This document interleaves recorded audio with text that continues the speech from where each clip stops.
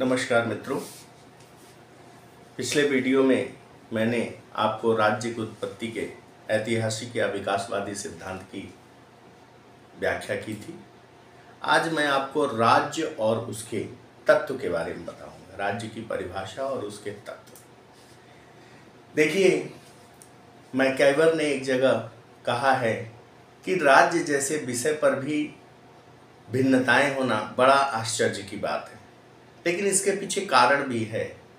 चूँकि कहा जाता है मुंडे मुंडे मते भिन्ना, चूँकि राज्य की संगठन, राज्य की क्रिया प्रणाली, इन सब चीज़ों को लेकर तमाम विचारकों में अनेक मतभेद रहे हैं, अनेक विचार आए हैं।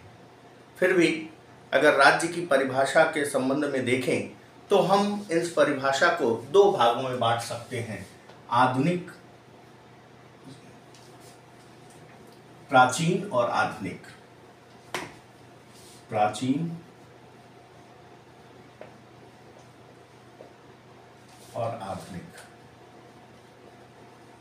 दो भागों में इसको हम बांट कर देख सकते हैं। जहां तक प्राचीन परिभाषा की बात है तो इसमें दो नाम आते हैं, अरस्तु और सिसरो।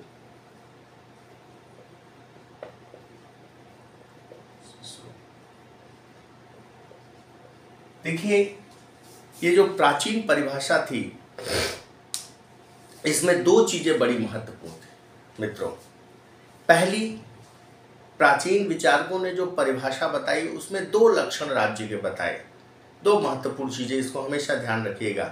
पहला, राज्य व्यक्तियों का एक समुदाय, यानी यह बात स्पष्ट थी कि राज्य व्यक्तियों का ही समुदाय है, पहली चीज। दूसरी चीज, जो राज्य है वह राज्य व्यक्तियों के सुख और लाभ के लिए निर्मित एक श्रेष्ठ समुदाय। ध्यान दीजिएगा, पहला तो व्यक्तियों का समुदाय है, प्राचीन परिभाषा जिसमें अरस्तु सिसरो आते हैं, ये कहता है कि राज्य व्यक्तियों का एक समुदाय है, पहली चीज। दूसरी चीज कि राज्य व्यक्तियों के हितों और लाभ के लिए निर्मित एक श्रेष्ठ समुदाय, मतलब उससे श्रेष्ठ कोई समुदाय नहीं।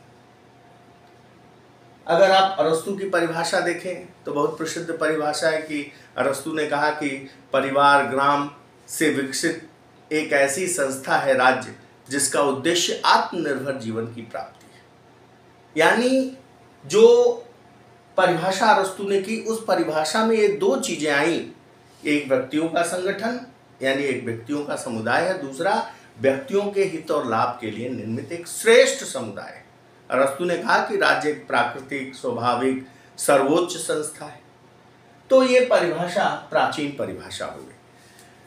अब जब हम आधुनिक परिभाषा की बात करते हैं तो विल्सन, ब्लंटसली और बर्गेश, ये तीन नाम आते हैं। विल्सन,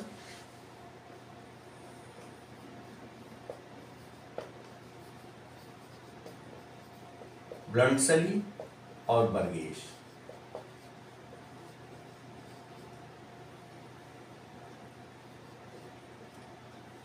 देखिए, विल्सन हो या ब्लंटसली या बर्गेश, इन सब ने एक बात स्पष्ट रूप से कही, जैसे ब्लंटसली की ये लाइन है आधुनिक परिभाषा में कि राज्य एक निश्चित भूप्रदेश में बसे लोगों का एक राजनीतिक समुदाय। मतलब राज्य एक निश्चित भूप्रदेश यानी कोई जमीन हो जिसमें बसा हो लोगों का यानी जनसंख्या का एक राजनीतिक समुदाय यानी राज्य है, यानी सरकार है। तो यहां से दो चीजें आती हैं, एक निश्चित जनसंख्या और सरकार। यहां से ब्लंटसली की परिभाषा से क्या आती है, निश्चित भूभाग हो, निश्चित भू प्रदेश में राजनीतिक रूप से संगठित व्यक्तियों के समुदाय को राज्य कहते हैं, ब्लंटसली का कथन। इससे क्या आता है कि एक निश्चित भूभाग हो, जनसंख्या हो और एक सरकार हो। लेकिन इसके आगे आधुनिक युग में लास्की, आधुनिक में ही लास्की आते हैं। लास्की ने क्या कहा कि राज्य एक ऐसा प्रादेशिक समुदाय है जो प्रजा और सरकार में विभक्त होता है, एक ऐसा राजनीतिक समुदाय जो प्रजा सरकार में विभक्त होता है और वह अपने आदेश का पालन, उसके आदेश का पालन की शक्ति सर्वोच्च होती है। यानी अगर आप देखें तो लास्की की परिभाषा से एक प्रादेशिक समुदाय यानी एक निश्चित भूभाग है, जो प्रजा और सरकार यानी जनसंख्या और सरकार दोनों की बात कर लिया। चौथी चीज, वह निश्चित सर्वोच्च सत्ता रखता है, यानी उसके आदेश का पालन सभी करते हैं, यानी चौथी तत्व संप्रभुता है। लेकिन अगर लास्की की परिभाषा को देखें तो एक बात स्पष्ट रूप से आती है कि उन्होंने संप्रभुता की तो चर्चा की, लेकिन संप्रभुता के भी दो तत्व होते हैं, एक आंतरिक संप्रभुता और दूसरी बाह्य संप्रभुता। तो जहां तक आंतरिक संप्रभुता की बात है लास्की ने बात की, लेकिन बाह्य संप्रभुता की बात नहीं की। इस संबंध में सबसे महत्वपूर्ण परिभाषा फिलीमोर और गार्नर की।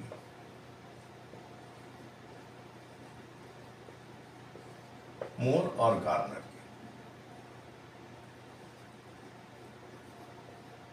यह सबसे महत्वपूर्ण परिभाषा, जिन्होंने संप्रभुता के आंतरिक और बाह्य दोनों तत्वों को स्वीकार किया, और यह जो गार्नर की परिभाषा है यह सर्वमान्य परिभाषा मानी जाती है। अब गार्नर महोदय ने क्या कहा? गार्नर के अनुसार देखेंगे कि जब गार्नर परिभाषा देंगे तो इस परिभाषा में राज्य के चारों तत्व आ जाएंगे। कहा गार्नर ने कि राजनीति विज्ञान की दृष्टिकोण से राज्य संख्या में कम या अधिक व्यक्तियों का एक ऐसा संगठन है, ध्यान दीजिएगा, जनसंख्या आ गई, राज्य संख्या में कम या अधिक व्यक्तियों की एक ऐसा संगठन है जो किसी निश्चित भूप्रदेश पर अस्थायी रूप से रहता, यानी जनसंख्या आ गई। दूसरा, अस्थायी रूप से किसी निश्चित भूप्रदेश पर रहता हो, जो बाहरी नियंत्रण से पूर्ण स्वतंत्र या लगभग स्वतंत्र हो, यानी आंतरिक संप्रभुता बाद में चर्चा करेंगे, पहले बाह्य संप्रभुता। बाहरी नियंत्रण से पूर्ण स्वतंत्र या लगभग स्वतंत्र हो, इसका आशय यह था कि वह अपने जैसे दूसरे देश के साथ संबंध स्थापित करने के लिए स्वतंत्र है, लेकिन जबरदस्ती किसी के आदेश को मानने के लिए बाध्य नहीं। यानी कम या अधिक संख्या में व्यक्तियों का, कम या अधिक संख्या के व्यक्तियों का एक ऐसा संगठन है जो किसी निश्चित भूप्रदेश पर बसा हो, जो बाहरी नियंत्रण से पूर्ण स्वतंत्र या लगभग स्वतंत्र हो, और जिसका एक ऐसा संगठित शासन हो, सरकार की बात आ गई, जिसका एक ऐसा संगठित शासन हो जिसके आदेशों का पालन नागरिकों का विशाल समुदाय स्वभावतः करता। देखिए, जहां उन्होंने कहा कम या अधिक जनसंख्या आ गया, उन्होंने कहा किसी निश्चित भूप्रदेश पर अस्थायी रूप से बसा हो या निश्चित भूभाग आ गया, उन्होंने कहा कि एक ऐसा संगठित शासन हो, यानी एक सरकार हो जिसके आदेश का पालन नागरिक समुदाय स्वभावतः करता, यानी उसके आदेश का पालन सभी करते हो। और पीछे जाए परिभाषा में तो कहा कि बाहरी नियंत्रण से लगभग या पूर्ण स्वतंत्र हो। अगर आप देखें गवर्नर की परिभाषा को, तो इस परिभाषा से राज्य के जो तत्व हैं उनकी व्याख्या, चारों तत्व, निश्चित भूभाग, जनसंख्या, सरकार और संप्रभुता, चारों तत्व आ जाते हैं। अब राज्य के तत्व की बात कर लें तो अगर आप देखें तो हमारे भारतीय चिंतन में भी मनु, भीष्म, शुक्र, कौटिल्य इत्यादि तमाम विचारकों ने राज्य के 7 अंग सप्तांग सिद्धांत की व्याख्या की। इसके अलावा अगर पश्चिमी विचारकों को देखें तो वहां भी राज्य के, जैसे बिलोबी ने, बर्गेश ने, ब्लंडसली ने, सिजविक ने, तमाम लोगों ने कोई 3 अंग बताता है, कोई 4 अंग बताता है। लेकिन गार्नर की परिभाषा के अनुसार, जो कि परिभाषा सर्वमान्य है, राज्य के 4 तत्व स्पष्ट रूप से परिलक्षित होते हैं। पहला, जनसंख्या,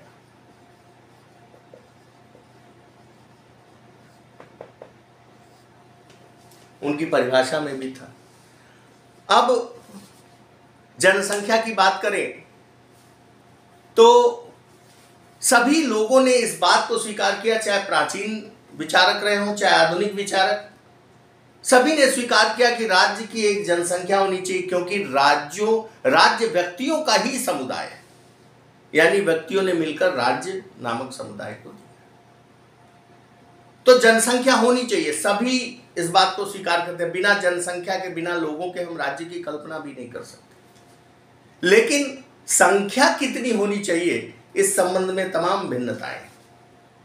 प्लेटो की पुस्तक अगर रिपब्लिक देखें तो प्लेटो ने कहा कि एक राज्य की जनसंख्या 5040 होनी चाहिए। अब क्या गुड़ा गणित था उनका कि उन्होंने एग्जैक्ट एक फिगर बताया 5040। अरस्तु, उनके शिष्य अरस्तु थे, उन्होंने कहा राज्य की जनसंख्या 10,000 होनी चाहिए। आप आधुनिक 20वीं शताब्दी में आए तो हिटलर, मुसोलिनी ये कहते हैं कि राज्य की जनसंख्या अधिक से अधिक होनी चाहिए, क्योंकि जनसंख्या अधिक होगी तो शक्ति बल अधिक होगा, तो हम दूसरे देशों पर साम्राज्य की स्थापना, साम्राज्यवाद को फैला सकते हैं, साम्राज्य की स्थापना कर सकते हैं। तो किसी ने 5040 माना, किसी ने 10,000 माना, किसी ने कहा अधिक से अधिक जनसंख्या होनी चाहिए। लेकिन मित्रों, अगर विचार करें तो वास्तव में जनसंख्या कितनी होनी चाहिए? जनसंख्या उतनी ही होनी चाहिए जिन लोगों का भरण पोषण राज्य कर सके। अब ये नहीं कि जनसंख्या खूब बढ़ गई और जमीन रहने के लिए है ही नहीं, राज्य के पास खाद्य आपूर्ति नहीं हो पा रही है उतनी जनसंख्या के लिए। इसीलिए किसी भी स्वस्थ राज्य की जनसंख्या उतनी ही होनी चाहिए जितनी की रसद आपूर्ति हो सके, जितना कि अपने लोगों का भरण पोषण राज्य कर सके, उतनी ही जनसंख्या राज्य की होनी चाहिए। अरस्तु ने कहा भी कि राज्य को एक श्रेष्ठ नागरिक चाहिए, श्रेष्ठ नागरिक। और श्रेष्ठ नागरिक कब बन पाएगा? जब राज्य उनका भरण पोषण कर पाएगा, जब राज्य अपनी जनसंख्या के सभी उत्तरदायित्वों को सुनिश्चित कर पाएगा, तब जाके वह राज्य, वह नागरिक सफल होगा, वह राज्य सफल होगा। दूसरा, निश्चित भूभाग।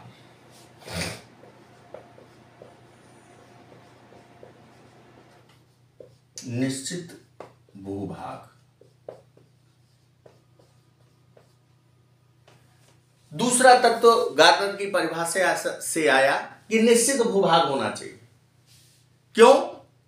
क्योंकि अगर कहीं निश्चित प्रदेश पर अस्थायी रूप से कोई निवास नहीं करेगा तो फिर उसे हम राज्य नहीं कहेंगे। जैसे बंजारे हैं, आप देखिए, उनकी एक जनसंख्या है, पूरी टोली होती है, और उनके एक मुखिया भी होता है जिसकी सरकार होती है, जिसके आदेश का पालन वो सब लोग करते हैं।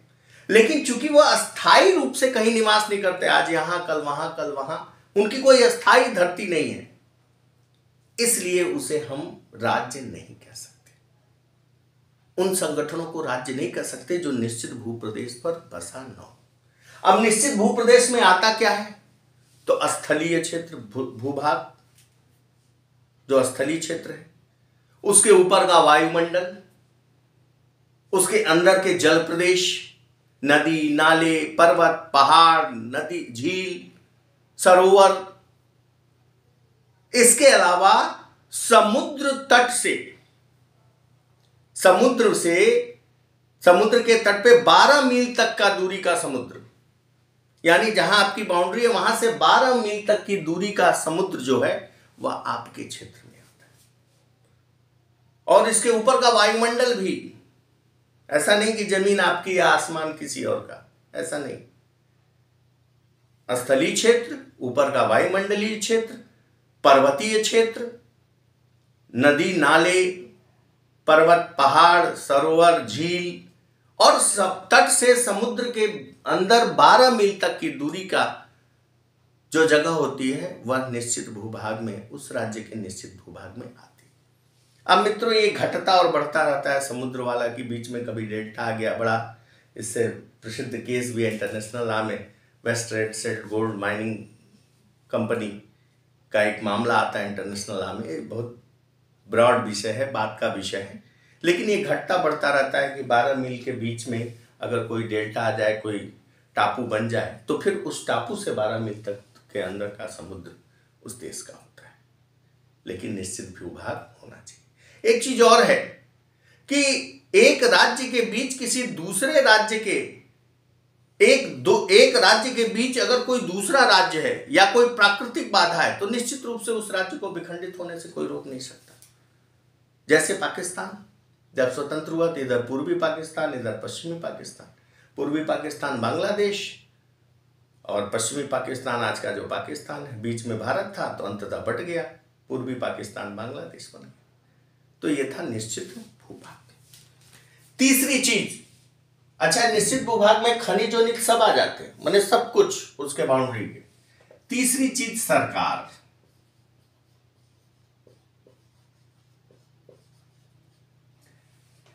देखिए,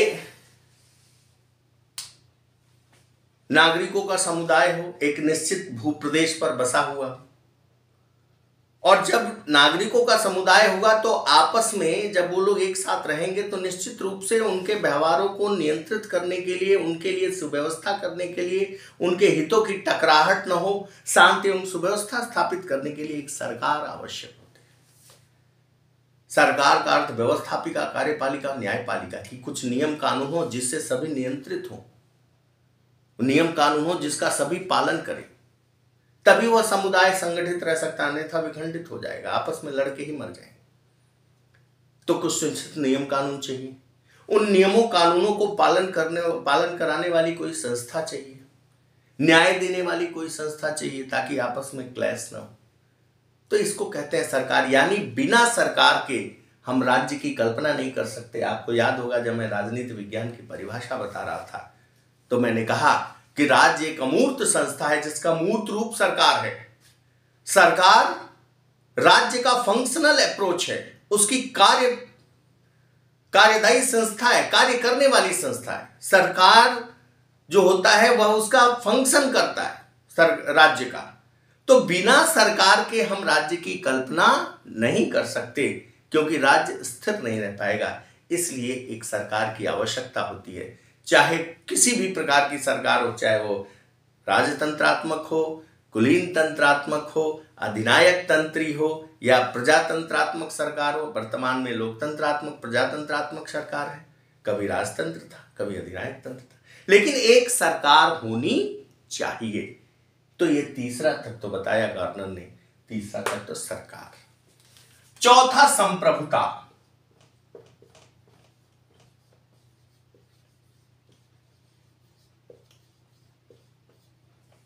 ध्यान दीजिएगा कि सरकार हो लेकिन इसके आदेश का पालन कोई करे ही ना, तो फिर काहे की सरकार। मान लीजिए सरकार है और सरकार के आदेश का हम पालन ही नहीं माने, आदेश को माने ही ना, तो फिर सरकार का मतलब क्या है। तो संप्रभुता का अर्थ, संप्रभुता एक डिटेल चैप्टर है, कभी मौका मिलेगा तो मैं पढ़ाऊंगा। बोधा ने संप्रभुता का प्रवर्तक बोधा को माना जाता है। बोधा ने कहा sovereignty is the supreme power of state over citizen subject under state by law. संप्रभुता राज्य की सर्वोच्च शक्ति है। समप्रभु जो सबके ऊपर हो, सबके ऊपर बराबर ऊपर अधिकार रखता हो। प्रभु सत्ता, प्रभु यानी हम ईश्वर प्रभु को कहते हैं, यानी सबसे बड़ी सत्ता। यानी यह सरकार, अगर इस सरकार के पास संप्रभुता नहीं है तो फिर इस सरकार का कोई मतलब नहीं। संप्रभुता भी दो प्रकार की होती है, एक आंतरिक और दूसरा बाह्य। आंतरिक और बाह्य। आंतरिक संप्रभुता का अर्थ उस निश्चित भूभाग में रहने वाले सभी लोग उस सरकार के आदेश का पालन स्वभावतः करें, सभी करें, उसको माने, इसको आंतरिक संप्रभुता कहें। बाह्य संप्रभुता का अर्थ कि अपने जैसे किसी दूसरे देश से संबंध स्थापित करने के लिए स्वतंत्र हो, या अपनी इच्छा से किसी के आदेश का भी पालन करने के लिए स्वतंत्र हो। जबरदस्ती उसके ऊपर कुछ ना हो, उसकी अपनी इच्छा माने या ना माने, इसे हम बाह्य संप्रभुता कहते हैं। कहा जाता है कि संप्रभुता राज्य का प्राण है। ये तीनों तत्व हो, अगर संप्रभुता ना हो तो फिर कोई मतलब नहीं है, उसको हम राज्य नहीं कहेंगे। जैसे उदाहरण देता हूं, उत्तर प्रदेश के पास अपने एक निश्चित भूभाग है, नक्शा देखिए, एक निश्चित जनसंख्या है, योगी जी की सरकार भी है, लेकिन संप्रभुता नहीं है। संप्रभुता किसके पास है? भारत राज्य के पास। इसलिए वह स्टेट नहीं है, वह प्रोविंस है, प्रांत है, प्रदेश है। इसलिए कहा जाता है कि संप्रभुता राज्य का प्राण होती है। बिना संप्रभुता के हम राज्य की कल्पना नहीं कर सकते। ये था मित्रों राज्य की परिभाषा और उसके तत्व। आशा करता हूं कि इससे आपको अधिक से अधिक लाभ मिलेगा। नमस्कार।